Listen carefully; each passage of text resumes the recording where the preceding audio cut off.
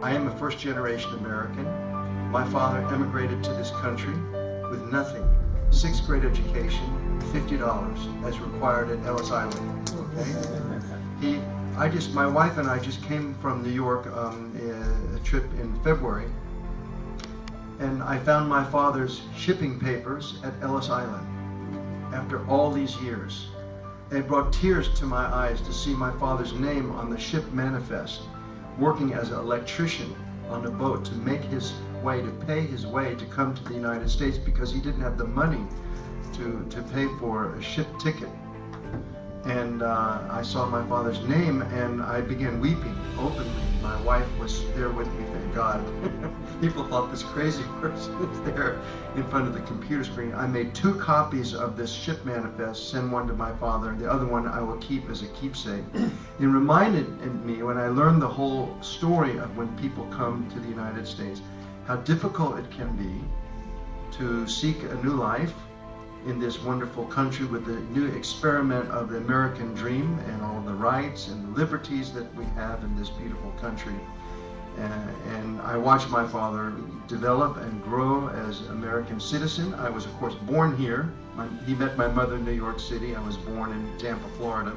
But I watched my father's growth from Turkish citizen to American citizen over the years as a child, as a teenager, as a young man. And to listen to his language change, to listen to his understanding of English and American culture change through the years, to understand and watch him grow with his business and his dream to make a better life for his family, as each of you have, okay? So I understand you. You should look to people who are not uncomfortable with engagement, who are comfortable coming to events like this. Look you in the eye and tell you, I'm here to answer your question. I'm here to listen to you. Not because I want your vote, because I want to serve you. I have a servant heart.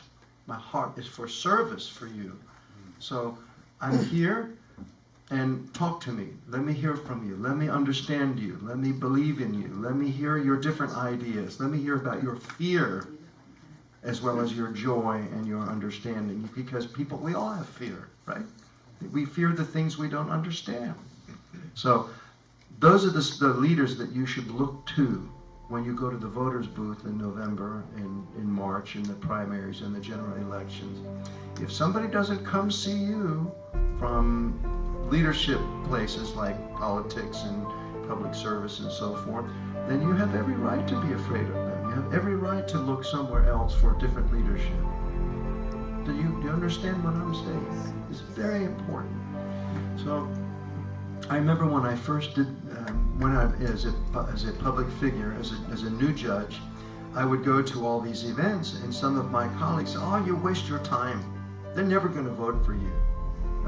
They're going to vote for the Democrats. They're not going to vote for the Republicans." And I said, "Well, they may be Democrats, but you know what? If they get to know me, they may like me, and they may understand that I really want to be with them, that I really want to make good decisions for their benefit, and I think they're going to vote for me."